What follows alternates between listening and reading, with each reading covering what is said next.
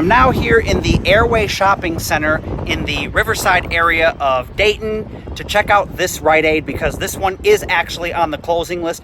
I don't know if it's still open yet or whether it's closed, but we're about to find out because you can't tell from the outside as to whether it still is open or not. So let's go do it. Yeah, so looking at it from the outside, it appears closed, but then they have all the windows kind of blacked out so you can't see inside. Yeah, I've never seen a Rite Aid before in a strip mall. All the ones I've ever been to are their own separate thing. It doesn't say starting October 12th.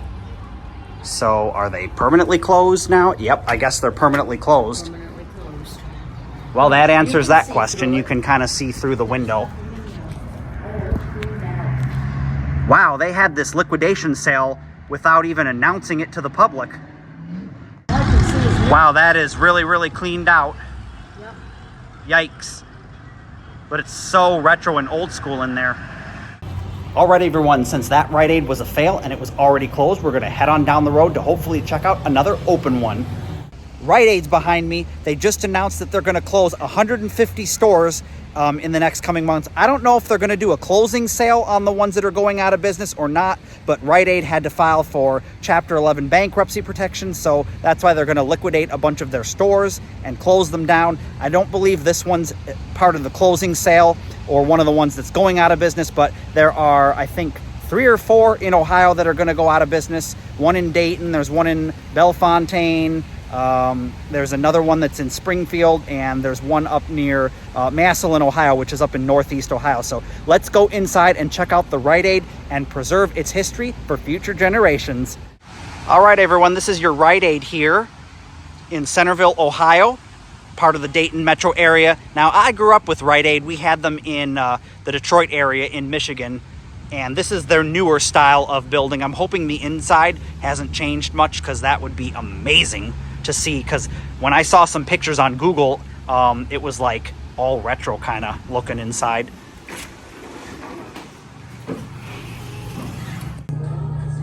Wow, here we can take a look at their health and beauty section along with the cosmetics, and yes, it's all still retro. I believe this is like the 90s design. Maybe it even dates back to the 80s, but you can see all the pastel colors, the peach, and they still have the iconic diamond-shaped windows up there. Check in regularly for deals on new fall beauty looks, including skincare. Just stop by your local Rite Aid or check riteaid.com this autumn to snag great deals on dupes for your new fall look. Oh man, we don't even sell this at Target. I've not seen this before. Disney 100 nail polish. Look at it, they got all the cool colors. I don't know what the difference is between regular nail polish, but it's Disney 100. See what they have?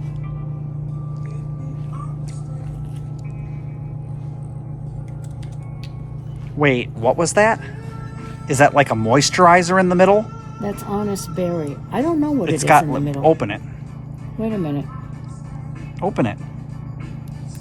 Yeah, it's got like I'm assuming that might be like moisturizer or something in the middle, maybe. I don't know. I don't know.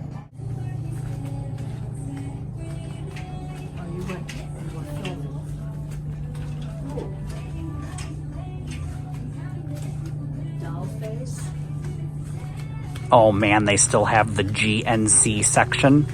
I remember that from before. Well, I don't think it was before they had standalone GNCs, but that's still kind of cool to see. I'm actually kind of tempted. I know this is going to sound stupid, but to have a bottle like this that says Rite Aid on it. Ooh, I don't want to spend $20.99 for one, but you know.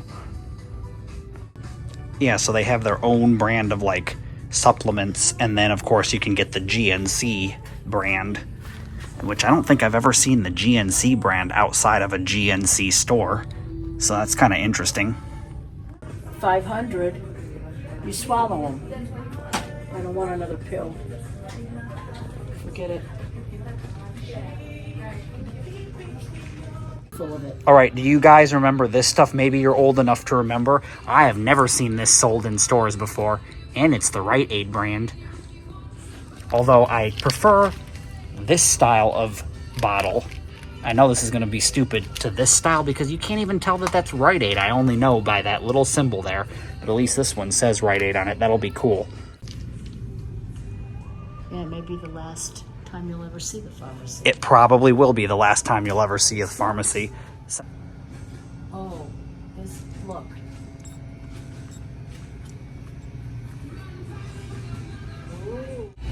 okay, we can take a look at the pet food aisle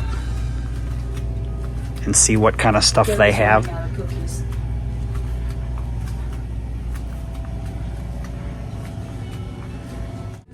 Okay, I always liked how this section looked because it's kind of like it's in its own little building. All the freezer sections, I know you can't get the perspective from this close up, so I'll have to step back and show you guys. Is this a treat bowl for Bailey? Ooh, this looks cool. Wait, I'm gonna knock everything off the shelf in the process. Wabble whack, giggle. It giggles. Would you not figure that out? No, it's like, oh my gosh, that looks super cool. It's $20.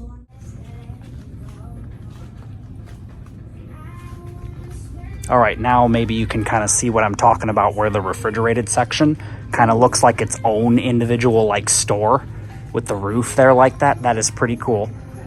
Yeah, because we totally need some more chips, don't we? No. We've got like all the chips from all my traveling from when I'm like, ooh, what are Tate's. Tate's? I don't think I've ever had Tate's. I have.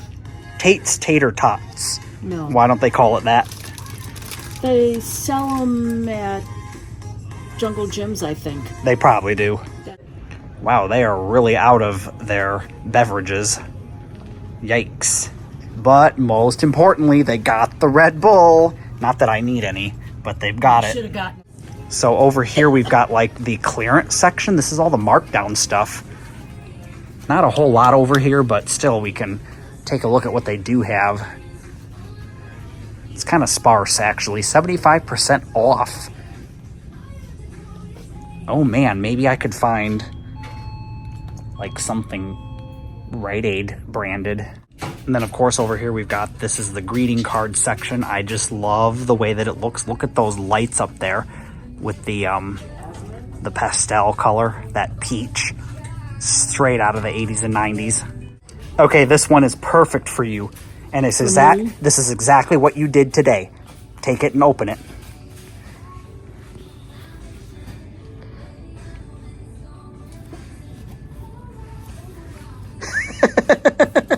That's not nice. It's not nice, but it's exactly what you did today. You did this. Did today too. Yeah, I guess so, because I wasn't feeling that great this morning. It's what everybody does. That's funny, and it's got the googly eyes. Oh, they have like a dollar section. This is $2, $3, $1. All kinds of like little A drying mat. doohickeys. Yeah, for your dishes. And then, of course, there's all your party stuff. Want to see more awesome videos just like this one? All you have to do is click the join button below this video and you'll gain access to extra weekly content and so much more. Thank you for joining and supporting the future of video. The story of Rite Aid would begin in the 1950s with the Thrift D Discount Center. In 1962, Alex Grass would open the very first Rite Aid store in Scranton, Pennsylvania. Somewhere between 1962 and 1965, the Thrift D Discount Centers would merge with the Rite Aid brand, taking on the Rite Aid name. This would later lead to the chain expanding into 5 additional states in 1965. And in 1968, Rite Aid as a company went public, then moving to the New York Stock Exchange in 1970. 10 years after the very first store had opened, Rite Aid would be operating 267 locations in 10 states. By 1981, Rite Aid had become the third largest retail drugstore chain in the country. 1983 would see the store crest $1 billion in sales. An additional 420 store acquisition would expand their East Coast presence, bringing them to over 2,000 locations. From here on out, Rite Aid seemed like a force that couldn't be stopped, acquiring one regional chain after another. 1984 would see them move into the state of Michigan with the acquisition of the Grand Rapids-based Muri Drugs and Reams Drugs, along with Lippert Pharmacy of Lowell and Herlich Drugs of Flint. Finally, they would enter the Lansing, Michigan market with the acquisition of State Vitamin.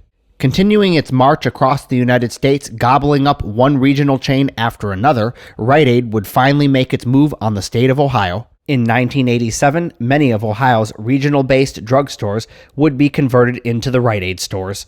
Throughout the 90s, Rite Aid would see tremendous growth and expansion. By the time 2000 rolled around, it didn't seem like Rite Aid was slowing down, and in August of 2006, Rite Aid would acquire 1,858 Eckerd Pharmacy and Brooks Pharmacy stores for a total of $3.4 billion. And in June of 2007, it was announced that both the chains would be converted to the Rite Aid name, retiring the 109-year-old Eckerd brand.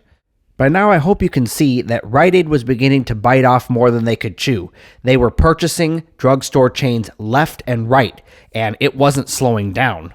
And as we've learned in the past with retail history, the expansion and acquisition of too many stores over a period of time isn't always a good thing. Just look at the Sears and Kmart merger. That was definitely the downfall of both of those companies. Even as recent as 2020, during the height of the pandemic, Rite Aid was still acquiring new stores, as they would buy the Bartell Drugs Company, a 67-location Seattle area chain, for $95 million. After this acquisition, there were many reports of heavy staff turnover and computer system glitches. So was this the beginning of the end for Rite Aid? So before we talk about where Rite Aid is today and whether they have a future and my thoughts and opinions on the whole thing, I wanted to talk about their partnerships over the years because they've had quite a few interesting ones. So we're going to go back to 1999 when they had a partnership with GNC, and I believe they still have that partnership today because you can see in their stores they still have the GNC branding. March of 2018 would see Walgreens and Rite Aid agree to a $4.3 billion deal where Walgreens would purchase 1,932 Rite Aid locations and 3 distribution centers. So maybe this was the beginning of their downfall.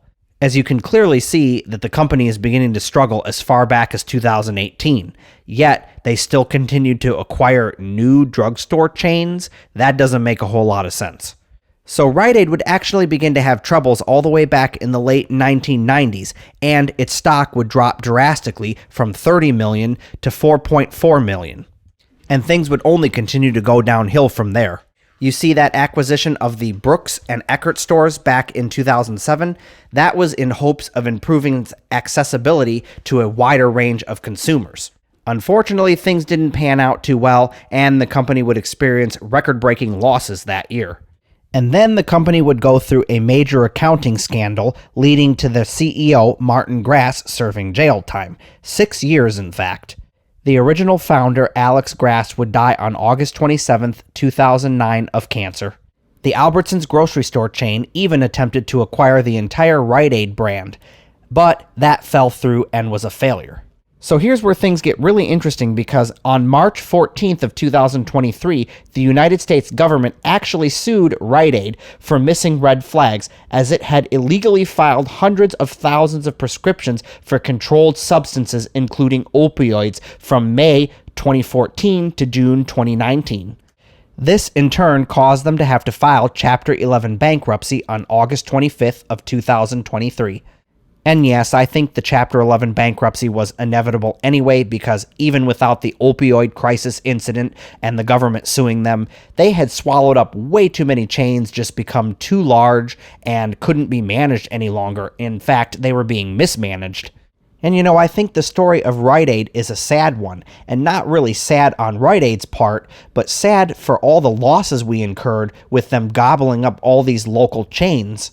And these are stores that we'll never see again, like the 109-year-old Eckerd stores.